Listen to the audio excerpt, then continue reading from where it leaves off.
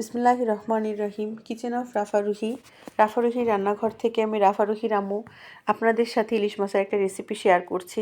রেসিপিটি করার জন্য আমি প্রথমে একটি ইলিশ মাছ কেটে ধুয়ে পরিষ্কার করে একটা সাইডে রেখে দিয়েছি। এবার গ্যাসের চুলায় কিছুটা তেল গরম করে নিচ্ছি। তেলটা যখন গরম হয়ে আসবে তাতে দিয়ে দেব কুচিয়ে রাখা বেশ কিছুটা পেঁয়াজ। পেঁয়াজটা দিয়ে আমি খুন্তি দিয়ে সুন্দরভাবে নাড়াচাড়া করতে থাকবো। নাড়তে নাড়তে পেঁয়াজটা যখন হালকা বাদামি রং হয়ে আসবে সেই পর্যায়ে তাতে কিছু পেঁয়াজ বাটা অ্যাড করতে হবে। ইলিশ মাছ এক এক অঞ্চলে এক একভাবে খেয়ে থাকেন। যেহেতু এটি একটি খুবই সুস্বাদু মাছ এবং আমাদের জাতীয় মাছ, এক একজন এক এক রকমভাবে খেতে ভালোবাসেন। খুলনা অঞ্চলের মানুষ ইলিশ মাছ ভাজি, কাঁচকলা দিয়ে রান্না করা, বেগুন দিয়ে রান্না করা খুব পছন্দ করেন। আর এইভাবে রান্না করাটা মূলত আমি আমার শ্বশুরবাড়ি অঞ্চল থেকে শিখেছি। ওখানে ইলিশ মাছ ভুনাটা খেতে খুব পছন্দ করেন। এবার ভেজে রাখা পেঁয়াজের সাথে আমি বাটা পেঁয়াজটা সুন্দরভাবে নেড়েচেড়ে কষিয়ে নিচ্ছি। দিয়ে দিচ্ছি তাতে স্বাদ মতো লবণ, দিয়ে দিচ্ছি পরিমাণ মতো হলুদের গুঁড়া। মশলাটাকে নেড়েচেড়ে সুন্দরভাবে কষিয়ে নিতে হবে।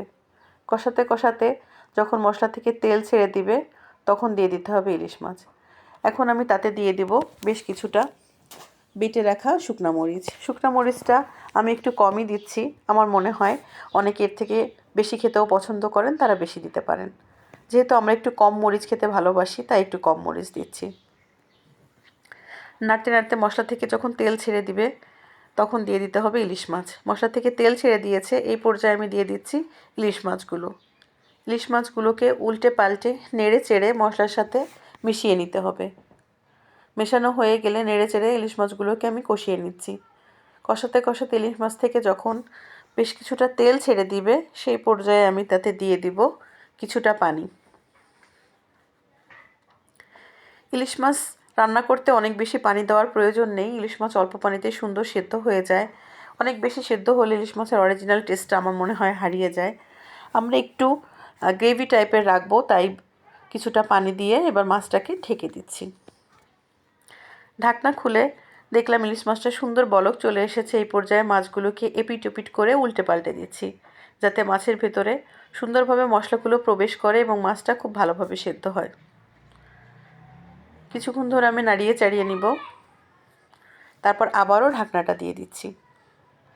এবার ঢাকনা খুলে মাছটা প্রায় হয়ে এসেছে, সেই পর্যায়ে আমি দিয়ে দেব বেশ কিছুটা কাঁচামরিচ। কাঁচামরিচটা যখন রান্না শেষ হয়ে আসবে সেই পর্যায়ে দিয়ে দেবেন, তাতে রান্নার স্বাদটাও ভালো হয় এবং খুব সুন্দর একটা ফ্লেভার বের হয়। এবার মাছটাকে হালকা নেড়ে চেড়ে নিচ্ছি। এই পর্যায়ে আমি আবার মাছটাকে ঢেকে দিয়েছি।